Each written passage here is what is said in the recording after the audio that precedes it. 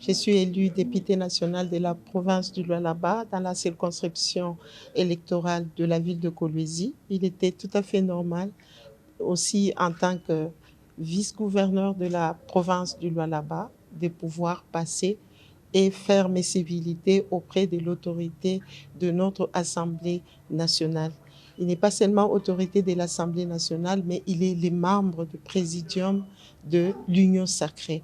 Et moi, je les représente au niveau de la province du Lualaba, raison pour laquelle on devait échanger après les élections au niveau national, provincial et municipal. On devait venir aussi voir son autorité pour que nous puissions avoir des orientations par rapport à la santé de l'Union sacrée dans les provinces. Donc, la raison qui nous a amenés ici est une raison purement politique et aussi en tant que député national, il était normal de pouvoir voir mon mentor pour pouvoir s'imprégner de quelques conseils pour continuer les mandats que nous allons choisir. Aujourd'hui, nous sommes député national, provincial et il y a aussi le poste de vice-gouverneur et gouverneur à l'intérim que nous sommes en train de faire. Je suis venue demander des conseils et j'ai eu ces conseils et nous allons progresser par rapport à l'Union sacrée, beaucoup plus spécialement. Vous avez vu que nous avons reçu les chartes, donc nous allons faire une bonne diffusion et continuer que la bonne santé de l'Union sacrée puisse persévérer. Nous avons déjà déposé la lettre de ce que nous avons pu choisir. Nous restons au niveau provincial. C'est pourquoi nous rentrons sur la ville de Kolwezi, qui l'Assemblée provinciale va valider les mandats des députés provinciaux. Donc, nous avons pu choisir cette voie-là pour continuer. Nous avons besoin de la base, comme le présidium nous a dit tout à l'heure, on a besoin de la base. Ceux qui sont ici, nous continuons à travailler à partir de la base.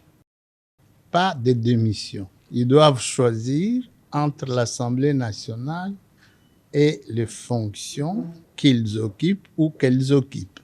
Donc, il y a un choix à faire. Il n'y a pas de démission. Les ministres présentent les démissions, les cas échéants, chez le Premier ministre. Le Premier ministre présente sa démission auprès du chef de l'État. Donc, l'Assemblée nationale ne reçoit pas de démission de qui que ce soit. Il y a des ministres, des vice-ministres, des mandataires qui ont fait des choix. Du fait qu'ils ont été élus députés nationaux, eh bien, ils ont fait le choix pour l'Assemblée nationale. D'autres ont fait le choix pour rester là où ils travaillent aujourd'hui.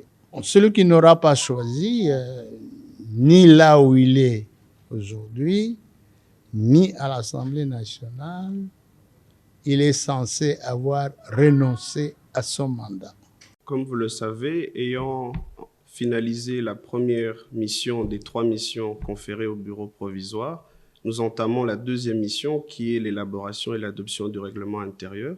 Et c'est dans cet esprit que nous avons eu une plénière hier qui portait sur l'expression du critère d'abord de représentativité des caucus provinces qui doivent nous donner 3 délégués, le règlement intérieur étant l'outil qui doit régir le fonctionnement de l'Assemblée nationale.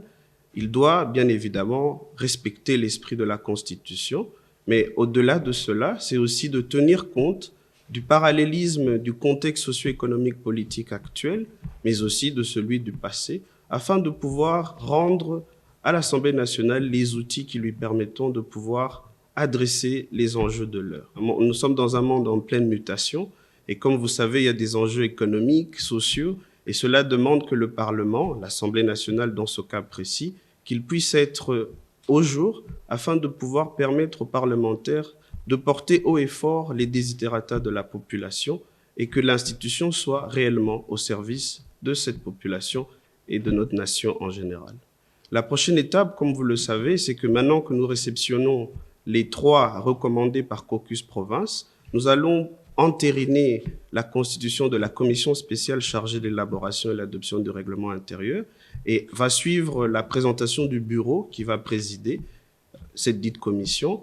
Et la commission aura un délai pour pouvoir travailler de manière technique, aussi scientifique et juridique, et nous produire le règlement intérieur qui pourra conduire la législature actuelle.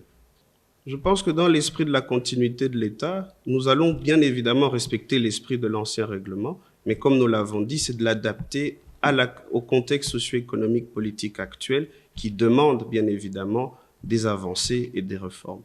Après l'adoption de notre procès-verbal, venons-en à présent au point ayant trait à l'élaboration et à l'adoption du règlement intérieur de l'Assemblée nationale.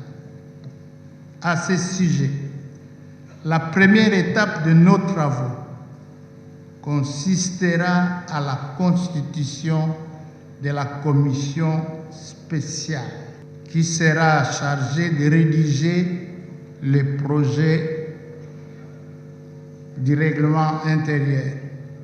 Pour ce faire, votre bureau provisoire propose que chaque province soit représentée dans cette commission spéciale à raison de 3 députés, faisant un total de 78 honorables députés. C'est 26 fois 3, c'est 78. Nous avons 26 provinces. Chaque province désignera 3 collègues qui feront partie de la commission. S'agissant de leur profil, votre bureau provisoire estime qu'il serait judicieux de prendre en compte non seulement les juristes, mais également des députés d'autres formations, sans oublier les critères d'expérience et de parité, hommes, femmes.